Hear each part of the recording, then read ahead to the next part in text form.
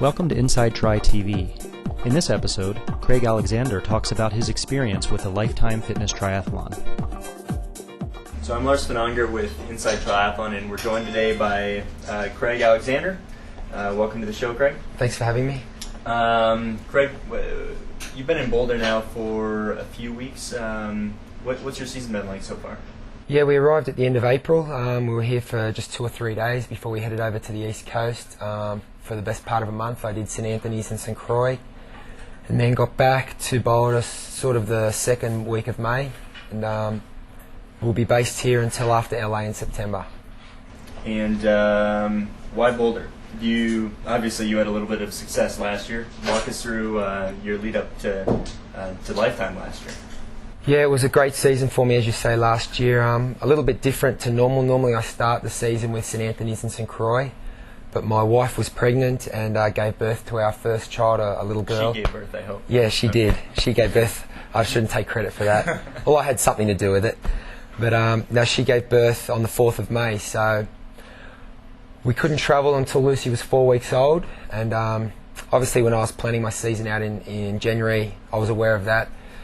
So I sort of planned the season a little bit differently. I did nationals back home and a couple of World Cup races, and I had a little bit of success there. And pretty much sort of from February onwards, I was just doing a lot of strength endurance work, a lot of base work, and really was just focusing on Lifetime and the latter part of the US season. So we arrived in early June, came up to Boulder for the first time, and I had a month up here before Lifetime, and obviously had a great race there and a very good season after that. So I don't think there's any doubt we always plan on coming back again. How's your life changed from that race?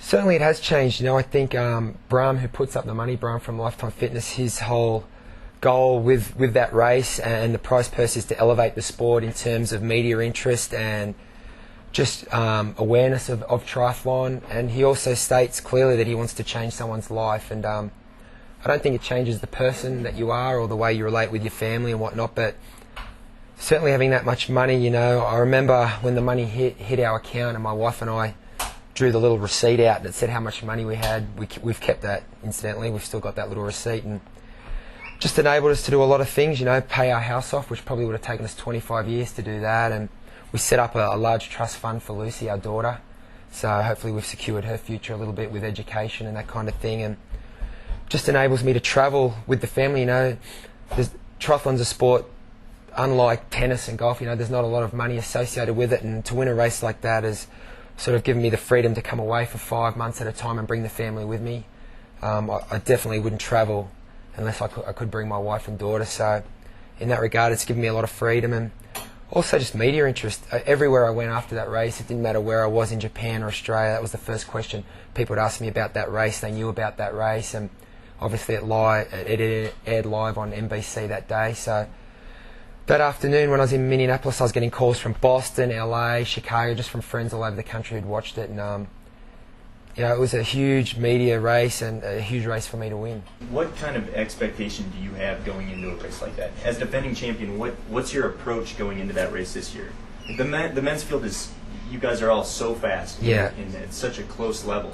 What's the mentality? I mean, none of you guys have egos. Yeah, I think a few things, you know, there'll be a lot more media interest, and I'll have a lot more media commitments leading up to the race, which is great for my sponsors and great for me. In terms of pressure, you know, I put pressure on myself. That's where I feel the pressure from. I don't feel pressure from sponsors or media. I know what I'm capable of, and I set the bar pretty high for myself. So I guess that's where, for me, it's more of an internal pressure. I'll always be the first man who won that race. It was won by girls the first 3 times, Barb twice and Loretta. So, I mean, no one can ever take that away from me. I was the first guy to win the Battle of the Sexes format.